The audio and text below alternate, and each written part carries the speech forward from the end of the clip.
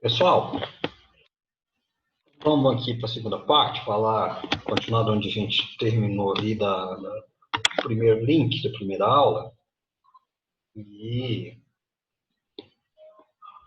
a gente estava falando, agora a gente tem que falar sobre a parte de inovação aqui, tá? Então, vamos lá. Pessoal, inovação é quando uma obrigação substitui a obrigação original. Então, é uma nova ação, nova obrigação substituindo a obrigação anterior. Esse é o conceito, ok?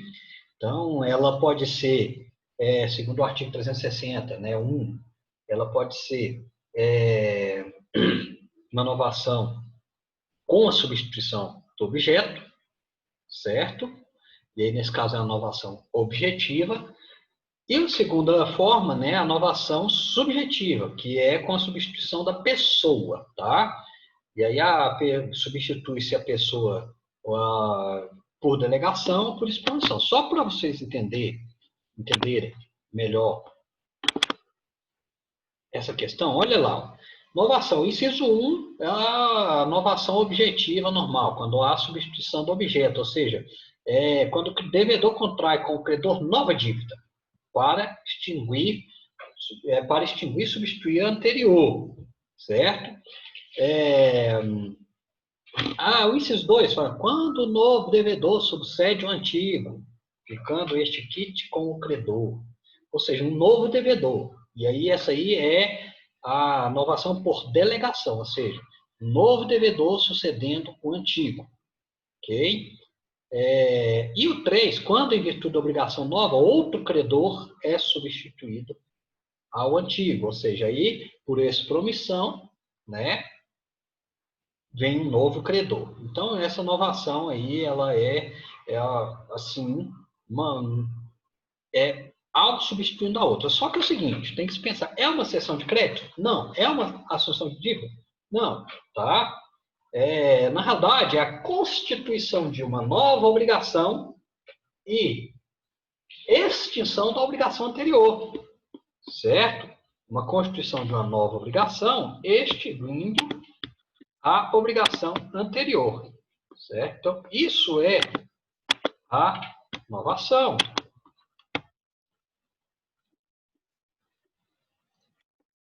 Ok? Então, essa inovação, essa inovação, ela existe como forma de substituição, ok? Então, é uma questão comum, tá, de acontecer, mas é uma questão que tem que ser expressa. Tem que ser expressa ou tácita, né? Certo? Então, a gente tem que pensar que é o seguinte, olha, não se tem mais o sentido de ter uma obrigação anterior, é uma obrigação nova agora, tá? Então, essa inovação, ela é simplesmente uma substituição. A anterior é como se ela se tornasse anulada, tá? E não existisse mais, ok? Só um minutinho que a gente já...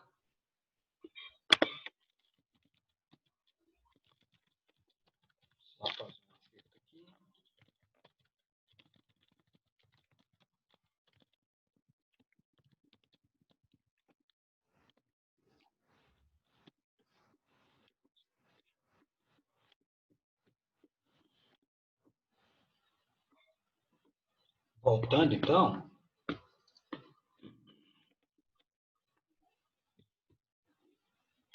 vamos lá no nosso conteúdo, no nosso roteiro, tá? A gente viu essa questão do artigo 360 e a gente vai ver o que acontece, né? Requisitos e efeitos. Primeiro, na realidade, a primeira situação que acontece, cria uma nova obrigação. A inovação cria uma nova obrigação. A anterior some e aparece uma nova, tá? E aí vamos ver as duas questões que dizem lá no artigo 361 e 367, tá? Que são questões até de requisito, né? O 361 fala assim, ó, Não havendo ânimo de inovar, expresso ou tácito, mas inequívoco, a segunda obrigação confirma simplesmente a primeira. Ou seja, para haver inovação, o requisito é que haja ânimo de inovar, vontade de inovar, vontade de fazer uma nova obrigação e extinguir a anterior. Tá? O artigo 367, a gente pode extrair assim, ó, salvo as obrigações simplesmente anuláveis, não pode ser objeto de inovação obrigações nulas ou extintas, ou seja, a obrigação ela não pode ser nula, ela tem que ser válida e tem que ser vigente, tá? Tem que ser válida e vigente, certo? Pode até ser anulável, desde que não tenha se tornado nula, né? Mas essas obrigações, para poderem ser novadas, né? Obrigações novadas, tem esses requisitos. Vou voltar aqui no nosso roteiro que a gente entende isso melhor. Primeira situação, ela tem que ser válida no artigo 367, aliás, foi o que a gente acabou de ver, e tem que haver a intenção de inovar, a vontade, o ânimo de inovar. Ok? Vou só responder uma pergunta. Ó. Tá, para quem está com problema de conexão, isso aqui na realidade foi uma mensagem aqui, não tem problema não, eu vou disponibilizar a aula de qualquer forma, tá? Posteriormente eu vou disponibilizar a aula e aí não tem nenhum problema, tá? Ok? Então vamos lá. Efeitos que acontecem com a inovação. São os efeitos lá do artigo 364 em diante, né? Primeiro, extingue a dívida, extinção da dívida, certo? A primeira dívida é extinta e vem uma dívida nova, ok? Extingue-se as garantias e acessórios. Vamos lá ver o que diz o artigo 364 e 366. Isso é importante ir na lei. Sim, porque, olha lá, a inovação extingue acessórios e garantias de dívida sempre que não houver estipulação em contrário. Então, extingue. Tá? A não extinção de garantias e acessórios tem que ter estipulação expressa. Tá? Não aproveitará, contudo, ao credor ressalvar o penhor, a hipoteca ou a anticrese, se os bens dados em garantia pertencerem a terceiro que não foi parte da inovação. Ok? Ou seja, é um não aproveitamento, certo?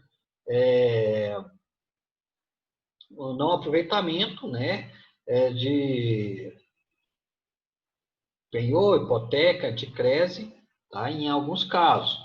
O artigo 365 vai falar assim, ó, operada inovação entre o credor e um dos devedores solidários, somente sobre os bens do que contrair a nova obrigação subsistem as preferências e garantias do crédito inovado, né? Ou seja, se a inovação operar entre credor, né, e um dos credores solidários, entre credor e um dos devedores solidários, ou seja, somente com um, somente sobre os bens do que contrair a nova obrigação subsistem a preferência, ou seja, somente sobre os bens do devedor que contrai esse tipo de inovação, tá? Vai subsistir as preferências e garantias, tá? Os outros devedores solidários ficam por esse fato exonerados, ou seja, os outros devedores solidários não terão, ficarão exonerados na totalidade, tá?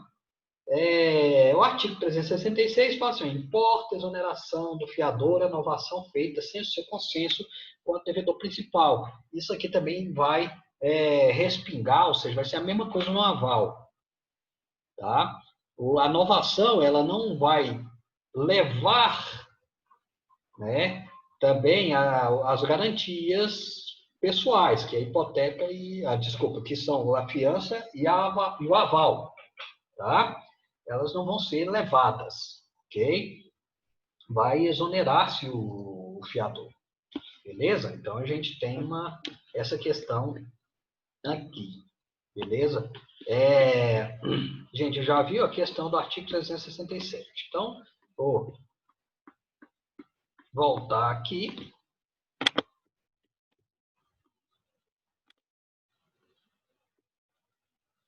Desculpa, vou voltar roteiro. Nosso roteiro, né? A gente vê os efeitos, né, que são dados aqui para inovação. E vamos falar sobre compensação, tá? Perdão. Eu vou, na realidade, não é isso não. Isso aqui, compensação, confusão e remissão são questões que nós vamos deixar para a próxima aula, tá? Hoje a gente teve aí, a gente falou sobre várias formas de substituição de pagamento, né? De formas especiais de pagamento, que é pagamento de consignação, pagamento com subrogação, né?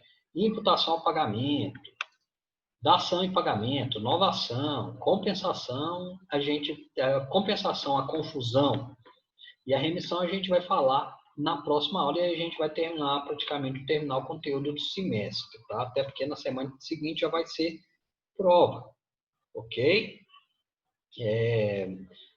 Então, pessoal, eu vou postar mais tarde aí as aulas, tá? Daqui a pouco vai ser postado, eu vou enviar aí para vocês. Se tiverem algumas dúvidas, já podem falar para mim agora, né? Quem não conseguiu ver o primeiro link, daqui a pouco vai ver a gravação, né, da primeira aula. Se tiver alguma dúvida, manda para mim no WhatsApp ou manda para mim via Google Classroom mesmo, tá? Então, até a próxima semana.